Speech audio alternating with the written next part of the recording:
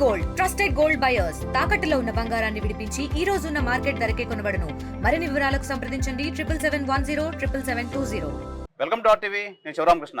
హిందువులో ప్రథమంగా మనం పూజించేది ఆ విఘ్నేశ్వరుడికి. అలాంటి విఘ్నేశ్వరుడి పండగ వినాయక చవితి.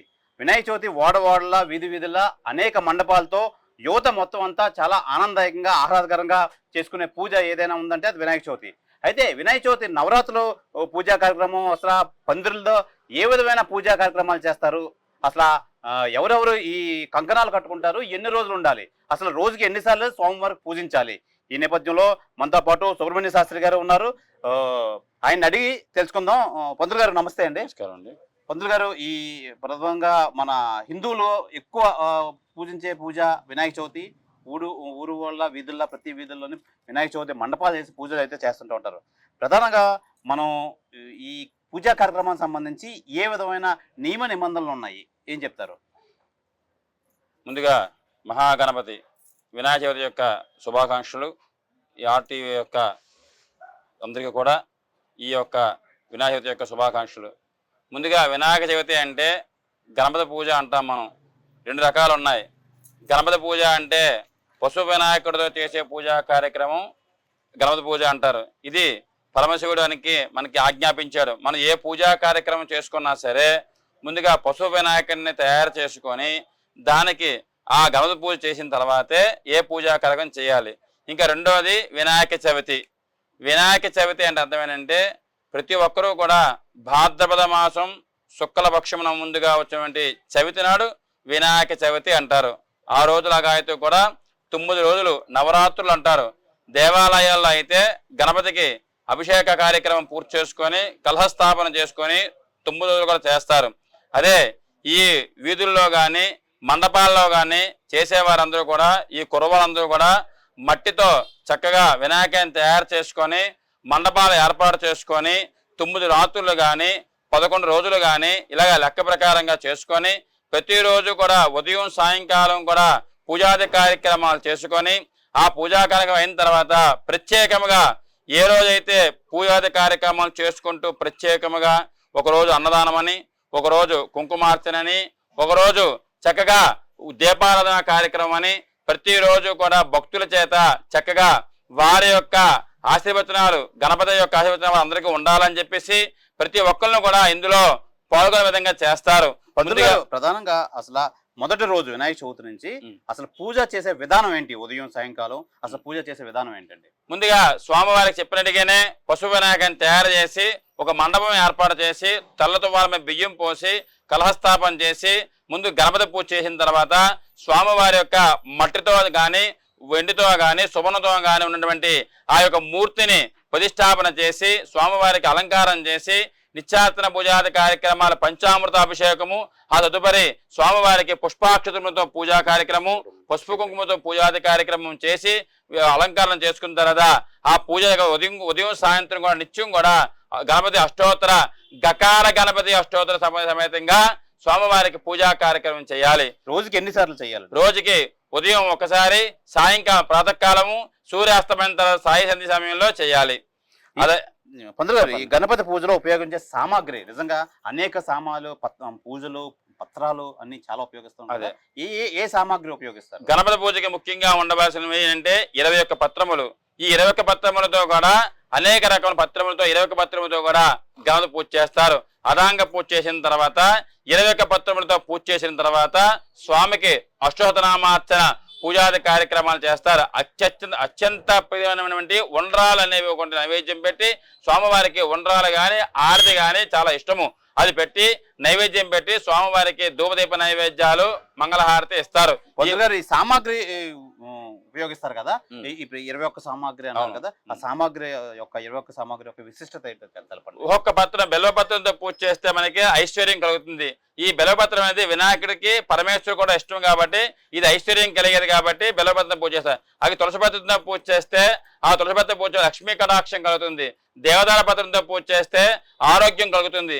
ఇలాగ 21 పత్రములతో అనేక రకాల పత్రులతో పూజ చేయడం వల్ల ఐశ్వర్యము, సర్వేశ్వరప్రదాయుడు ఈ గణపతి సర్వ ఐశ్వర్యాలు ఇస్తాడు. అనేక విఘ్నాలు తొలగించి సర్వ కార్యాలు సిద్ధించే విధంగా చేసేవాడే మనకి ఈ యొక్క వినాయకుడు. ఈ మండపాల్లో ప్రతిష్ఠించే పూజకి ఎన్ని రోజులు చేయాలి పంతులు గారు? ఒక విధంగా చెప్పాలంటే మండపాలు అయినా సరే, లేదు అంటే దేవాలయం అయినా సరే, నవరాత్రులు అంటాం, 9 రాత్రులు పూజ చేసుకుంటారు. ఒకవేళ 9 రాత్రులు దాటితే 11 రోజు నాడు, అది దాటితే 13 తప్ప అంతగానే ఎక్కువ చేయరు. ఒక్కొక్కరు అయితే 21 రోజు కూడా చేస్తూ ఉంటారు. దీనికి ఎన్ని రోజులైనా దీనికి నియమ నిబంధనలు లేవు. 9 రాత్రులు ముఖ్యంగా చేసుకోవాలి. అయితే ఈ సంవత్సరం అనేది ఏంటంటే ఏం జరిగిందంటే, మనకి 7వ తారీఖు నాడు చంద్రగ్రహణం ఏర్పడింది. ఈ చంద్రగ్రహణం ఏర్పడడం వల్ల దీంట్లో ముఖ్యమైన విషయం ఏంటంటే స్థిర విగ్రహం అంటే మనం దేవాలయాలు పెట్టే మూర్తిని స్థిర విగ్రహం అంటారు. చర విగ్రహం అంటే మండపాల్లో పెట్టే వినాయకుడిని చర విగ్రహం అంటారు. స్థిర విగ్రహానికి అంటే సంప్రోక్షణ చేయడానికి అవకాశం ఉంటుంది కాబట్టి చంద్రగ్రహణం నాడు ఆ మన్నాడు సంప్రోక్షణ చేసుకొని దేవాలయం పూజ చేసుకుంటారు. చర విగ్రహం సంప్రోక్షం అంటే మొత్తం అంతా నీళ్ళతో తడపాలి. దాని నీళ్ళు తడిపితే మొత్తం అంతా కరిగిపోతుంది. కాబట్టి ప్రతి ఒక్కరూ కూడా ముఖ్యంగా 11 రోజులకే విగ్రహాలను తీసుకువెళ్ళి మహాసముద్రం, విశాఖపట్నానికి అత్యంతమైనటువంటి విశిష్టత ఏంటంటే మహాసముద్రం. మన విశాఖపట్నం సముద్రం ఉంది కాబట్టి విగ్రహానికి వెళ్ళి ఆ సాగరంలో వేయడం వల్ల ఆ విగ్రహాలకు పూర్తిగా అక్కడ ఇది అవుతాయి. కాబట్టి ఆ గ్రహణానికి పూర్వమే ఈ యొక్క విగ్రహాలు తీసుకువెళ్ళి వేసేయాలని చెప్పేసి ఈ సంవత్సరం మేము పండితులు, శాస్త్రజ్ఞులు, ప్రతి ఒక్కరు కూడా దైవాజ్ఞులు కూడా అందరూ కూడా నిర్ణయం చెప్పారు ఈ యొక్క విషయాన్ని. కాబట్టి చల విగ్రహాన్ని కూడా 11వ రోజు నాటికల్లా విగ్రహాన్ని కూడా సాగరంలో వేయాల్సిందిగా ప్రార్థన. పంతులు గారు, ప్రధానంగా ప్రతిదానికి హిందువులు విఘ్నేశ్వరుడితో ప్రారంభిస్తారు. ఏ పూజ అయినా, ఏ కార్యక్రమం అయినా. అసలు ఈ వినాయకుని విశిష్టత ఏమిటి? అసలు మనకి పరమశివుడు మనకి ఆజ్ఞాపించాడు. సుబ్రహ్మణ్య స్వామి, గణపతి ఇద్దరు కూడా పోటీ పడ్డారు. ఎవరికి విఘ్నాపత్యం పోటీ పడ్డారు.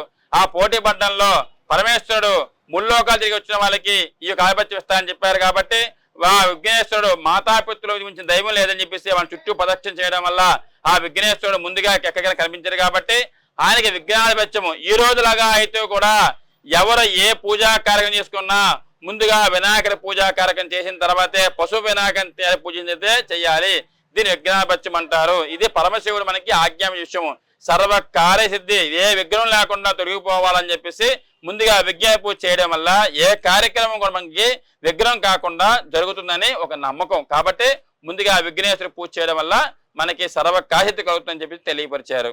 పంతులు గారు, చిట్ట చివరిగా ప్రధానంగా ఈ నవరాత్రులు చేసిన తర్వాత చివరి రోజు నిమజ్జనం అసలు ఎందుకు చెయ్యాలి?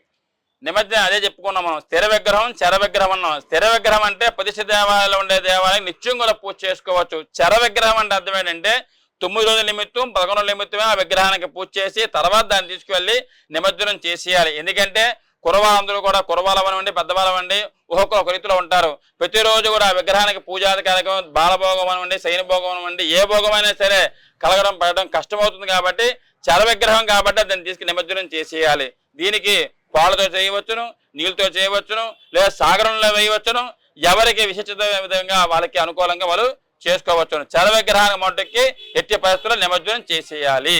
అది స్వామి, ఆఖరికి స్వామివారి పూజ నవరాత్రి కార్యక్రమంలో అనేక మంది యువత పాల్గొంటారు. నిజంగా యువత ఆ పండుగలో పాల్గొన్న నవరాత్రులు పూజ చేసిన వాళ్ళకి, కంకణం కట్టించుకున్న వాళ్ళకి నిజంగా చాలా మంచి జరుగుతుంది అంటారు. ఏం చెప్తారు మీరు? నిజంగా చెప్పాలంటే నాకు తెలిసి ప్రతి మండపంలో ప్రతి కురవాళ్ళు కూడా విద్యార్థులు అవనండి విద్య గురించి చేస్తారు, ఉద్యోగం గురించి చేస్తారు. వివాహానికి, పుత్రార్థికి ప్రతి ఒక్కరు కురవాళ్ళు ప్రతి ఒక్కరు కూడా ఈ మండపాల్లో పూజలు చేసుకొని నిత్యం కూడా సంవత్సరానికి కూడా వాళ్ళందరూ కూడా చక్కగా విద్యను ఉద్యోగాలు పొంది చక్కగా వివాహాలు చేసుకొని చక్కగా సుపుత బలాభ్రత కలిగి అందరూ ఆనందంగా ఉంటారు అందరూ కూడా. కాబట్టి మండపాల్లో పూజ ప్రతి ఒక్కరు కంకణం కట్టుకొని ఆ విఘ్నేశ్వరుడికి ప్రతిరోజు పూజాకారం చేసుకోవడం వల్ల ఒక నమ్మకం కలుగుతుంది వాళ్ళకి. ఈ గణపతి వల్ల మనకి అన్ని విధాలు కలిగింది కాబట్టి నిత్యం జ్ఞానము కలుగుతుంది, విద్య కలుగుతుంది. అన్ని విధాలైనటువంటి ఆ విఘ్నేశ్వరుడు అన్ని కల్పిస్తున్నారు. కాబట్టి ప్రతి సంవత్సరం కూడా నిండుగా విఘ్నేశ్వరుడికి సంవత్సరం కూడా అభివృద్ధి చెంది ఆ దినదినాభివృద్ధి చెందినట్టుగా అభివృద్ధి చెంది విఘ్నేశ్వరుడికి పూజా కార్యక్రమాన్ని ఈ కురవాళ్ళు చేసుకుంటూ ఉంటారు. అది వాళ్ళ నమ్మకం మాట. అది. ధన్యవాదాలు సుబ్రహ్మణ్య శాస్త్రి గారు. నమస్కారం అండి. ఇది ప్రధానంగా వినాయక చవితి విశిష్టత ఏమిటి, 9 రోజులు ఎందుకు చేస్తారు, ఆఖరి ఘట్టం వినాయకుడు నిమజ్జనం ఎందుకు చేస్తారు అని చెప్పి సుబ్రహ్మణ్య శాస్త్రి, విశాఖపట్నం సంబంధించిన పండిత సుబ్రహ్మణ్య శాస్త్రి గారు మనకు మొత్తం విశిష్టత అంతా తెలియజేశారు. చూస్తూ ఉండండి ఆర్టీవీ. కెమెరామెన్ ప్రసాద్తో శివరామకృష్ణ, ఆర్టీవీ విశాఖపట్నం నుంచి. తెలుగులో ఫాస్టెస్ట్ న్యూస్ యాప్ ఇప్పుడు కొత్త అవతారంలో 5 సెకండ్లోనే పూర్తి వార్తా సమాచారం మీ చేతిలో. సోషల్ మీడియా ట్రెండ్స్ మీ కళ్ళ ముందుకే live TV and voice search options తో ఇప్పుడే డౌన్లోడ్ చేయండి. యాప్ లింక్ డిస్క్రిప్షన్లో ఉంది.